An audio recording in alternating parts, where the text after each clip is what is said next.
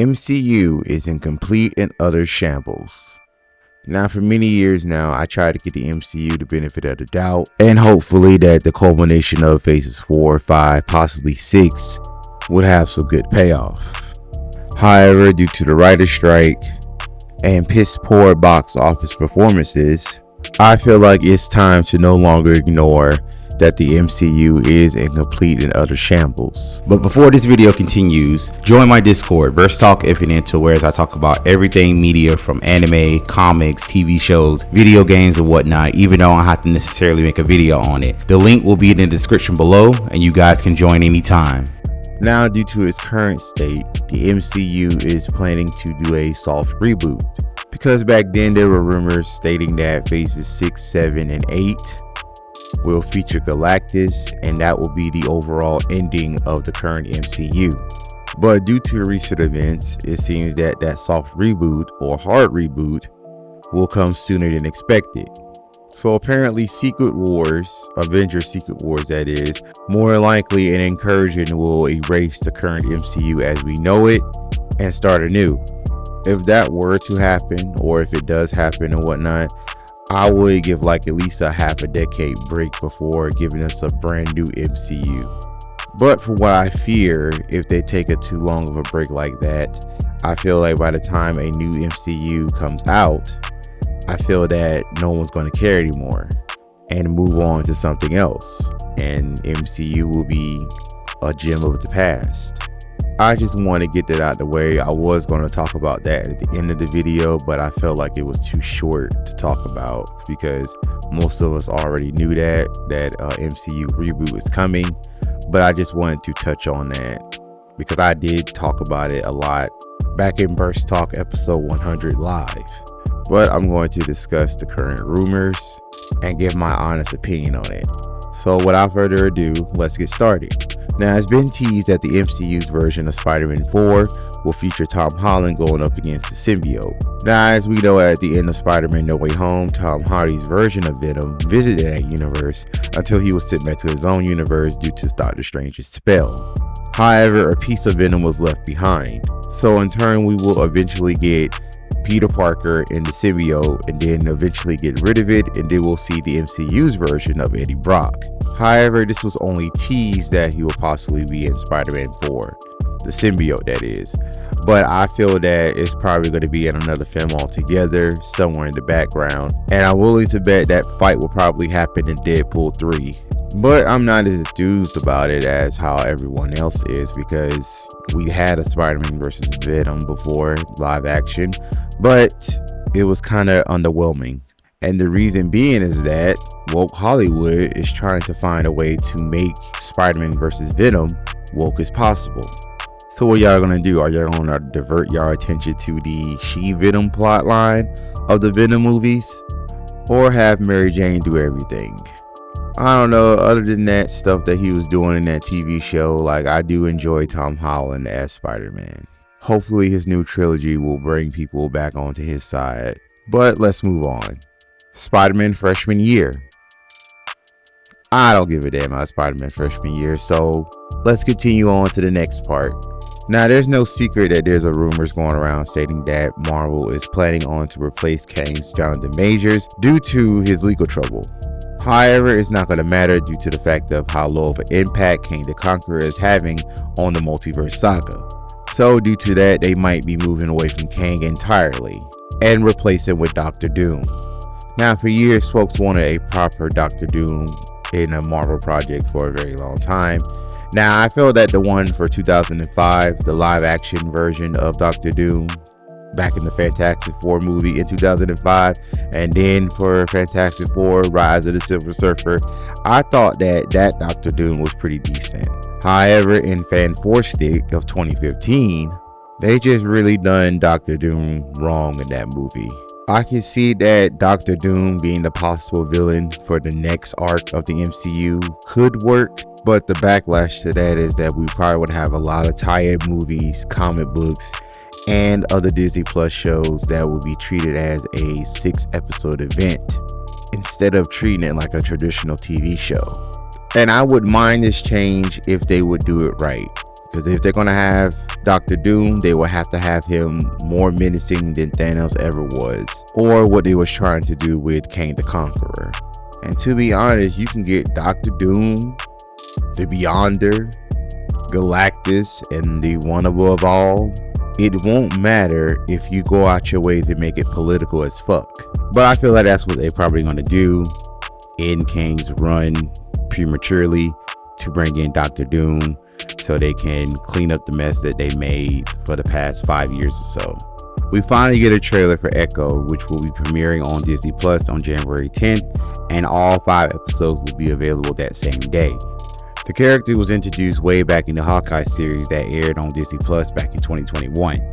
I'm pretty sure no one cares about it because no one's really talking about it. Well, the ones that like everything is probably talking about it, but the ones who actually enjoy good quality entertainment saying like, why are we getting this character? There's plenty more characters, more stronger, more interesting characters that we can talk about or watch. This will be the first Disney Plus show that is rated TVMA, as you can see in the trailer. I'm sorry, but there's no way that you can have a live action TV show with Echo, Wilson Fisk, and Daredevil. Daredevil is in this series because you can see him briefly in the trailer. There was no way that you could make this show kid friendly, because if you've seen the Daredevil Netflix series, all 3 seasons, you know that it gets pretty violent, especially with the Wilson Fisk scenes. I read that Kevin Feige did not like this show at all, so that's probably the reason why all 5 episodes are being shown at once. I don't think that Kevin Feige thinks that Echo is going to do well because it's rated TVMA, because he wanted Echo to focus on all audiences.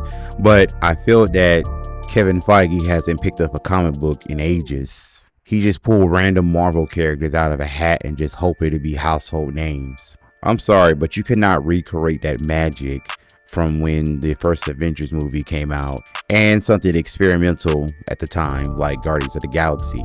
Because up until the movie came out, I knew nothing of the Guardians of the Galaxy at all. Now look at it, $1 billion trilogy. But let's talk about the Echo trailer itself. Now we see a flashback of young Maya leaving school trying to get ice cream, but she was scolded by the ice cream guy because, you know, she was deaf and the guy didn't know sign language. But it seems as though Fisk has been watching over her this entire time, and he proceeds to beat up the doggone guy in the alley, and Maya manages to catches him. Now we get a lot of glimpses of how violent the show will be, and it looks as though the girl is not above killing, and it seems as though that the show takes place after Hawkeye, because you can see Fisk with an eye patch on because it seems as though Echo done took his eye or whatnot, giving him a handicap in case Echo and Fisk end up fighting. It is implied that Fisk trained her because he said that, oh, we're just alike, and questioning on who's really the monster. Then we get some glimpses of people with prosthetic legs or, you know, amputees and whatnot. I hope they're really not trying to pander to people with disabilities, because that's just stupid within itself. Like, I have never seen a amputee or a, you know, handicapped person go protest saying that we deserve to be in films and whatnot, because I feel like they just be chilling and they ain't bothering nobody. So for Disney to try to pander to that audience is completely disgusting in my opinion.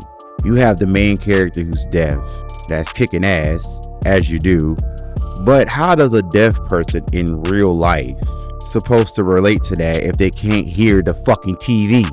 Like, Disney, haven't y'all learned enough of trying to pander to certain people and y'all keep losing money? Didn't y'all lose over $250 million last year? Now, I'm still going to watch the show because I do like certain violent live action TV shows, but I'm not going to be enthused about it like how everyone else is online.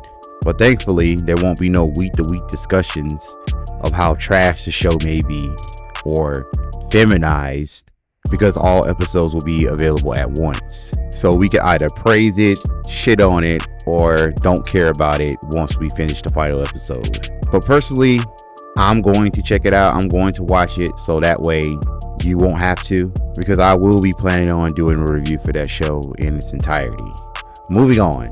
Now there are rumors that certain MCU projects are being canceled, like Wonder Man, Ironheart, and the Thunderbolts. Now, the Thunderbolts was supposed to be filming this year, but due to the writers and actors strike, it has been put on hold. But as of recently, along with Wonder Man and Ironheart, it's supposedly cancelled. Well, let's face it here, Thunderbolts is a cheap attempt at a MCU version of the Suicide Squad. And the entire group is reformed MCU villains. And also ones that be trying to find their place in the world. Mainly Bucky. Yelena is supposed to be the leader of the group, and the main villain of that movie is supposed to be Sentry. Now, the Sentry going up against the Thunderbolts will possibly be a one-sided fight if the MCU doesn't nerf him. Which they probably will, so that the Thunderbolts can win, because I also read that none of the Thunderbolts will die in that movie. Now, from what I've read, the Sentry's powers are seemingly derived from the super soldier serum that moves his molecules at an instant ahead of the current timeline, whatever the hell that means. This was designed to be 100,000 times stronger than the original used on Captain America, and modified by Weapon X. So like I said, they probably will nerf the Sentry's powers. Sentry, I'm sorry if I'm saying his name wrong. They're probably going to nerf his powers in the movie so the Thunderbolts can have a chance. But if I can be perfectly honest, no one asked for Thunderbolts at all. Like, let's move on from these characters to introduce new characters and build them up for the current new MCU. But I feel that they're trying to go out their way to try to make stuff household names, like they did with Guardians of the Galaxy and the original Avengers. But it's not going to be the same as it once was back in the day. Y'all gonna have to try something new in order to bring back the audience that you lost over the years. Now, Ironheart has been announced since 2020. The character Riri Williams was introduced in Black Panther: Wakanda Forever, and the series itself is supposed to take place afterwards. We got behind the scenes photos and whatnot, and a glimpse of the main villain, but it looks like the rumors could be true about it being cancelled, because 2024 is right around the corner and we have not got an announcement date of when it's supposed to come out. So the series is a 6-episode miniseries, so they're still treating this as a 6-episode event like they've been doing the previous Disney Plus series for the past 5 years. I feel that the only shows that should have been treated as an event, and this is my humble opinion, you're more welcome to disagree with me, were WandaVision, Falcon and the Winter Soldier, and Loki. You could say Ms.Marvel, but I don't know. Definitely not She-Hulk. Moon Knight takes place in 2026 and 2027 in the MCU timeline, rather than the other Disney Plus shows that took place between 2022 and 2025. And I don't know what it is about the MCU, but I just keep getting suckered into actually watching this stuff, thinking that there's going to be some payoff or there's going to be some reveals or overall consequences going forward for the future of the MCU. But I don't get any of that. But if I could be perfectly honest, looking at these behind the scenes photos, I believe that this series will be boring. So if that be the case, I'm probably just going to wait until all 6 episodes are available to watch, because I can guarantee you that this series will be a week-to-week basis.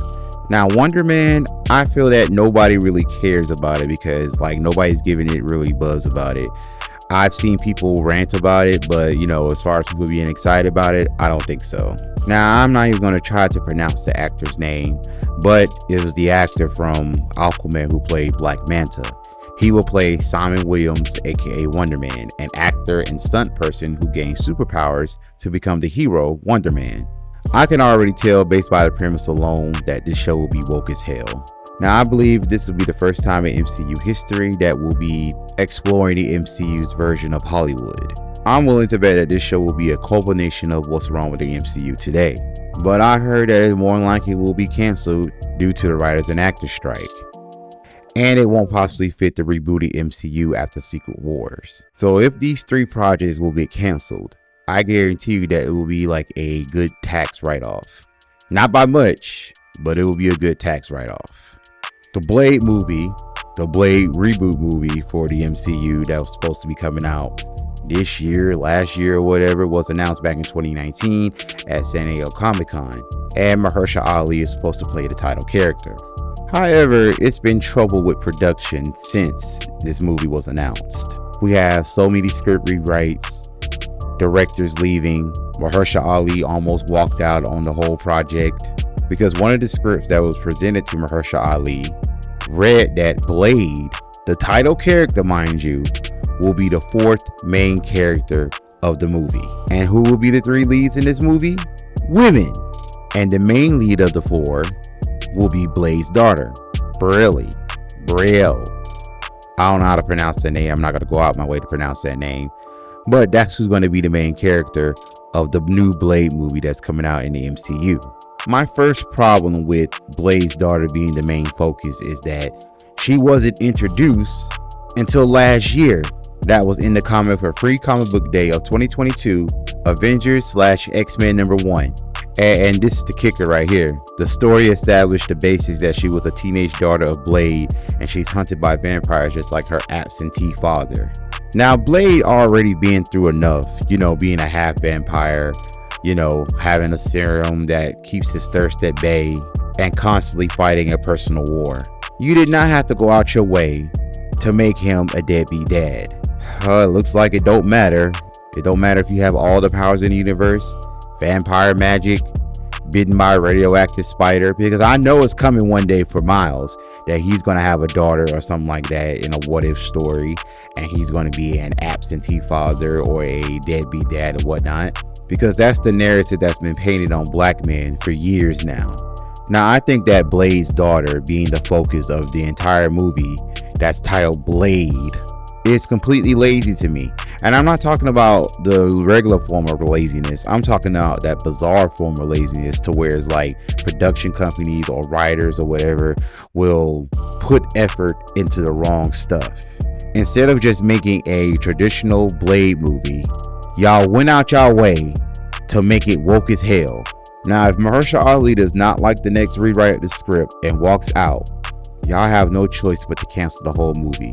But y'all not going to do that. You know what you're going to do? You're going to find an actor that's going to be like, yes, massa, and be the fourth character of a movie that's titled Blade. But if it fails, a lot of people are going to go back to watch the trilogy of Blade, whether or not you like the third one or not. And you know what their saving grace was going to be? They say like, oh yeah, Blade is rated R. We're going to keep Blade rated R.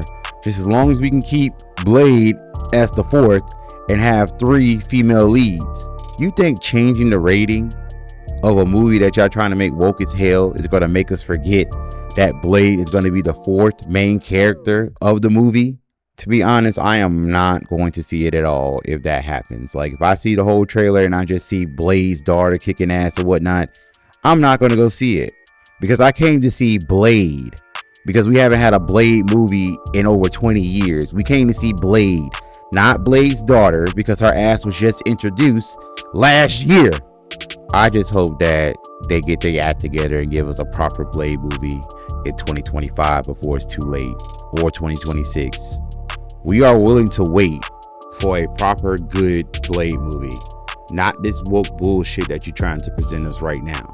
Now, the most recent rumor I heard is that they could possibly bring back the original 6 Avengers for a new movie.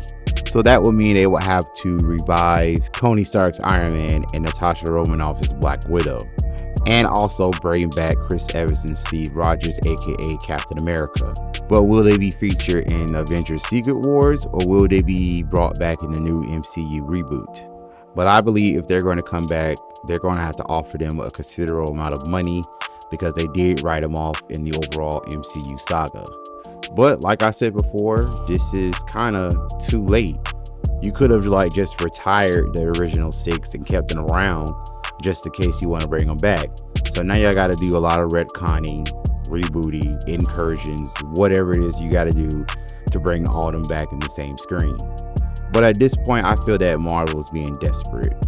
Are they scared that DC is going to blow them out of the water in the next couple of years? I highly doubt it, but still, this is kind of too little too late.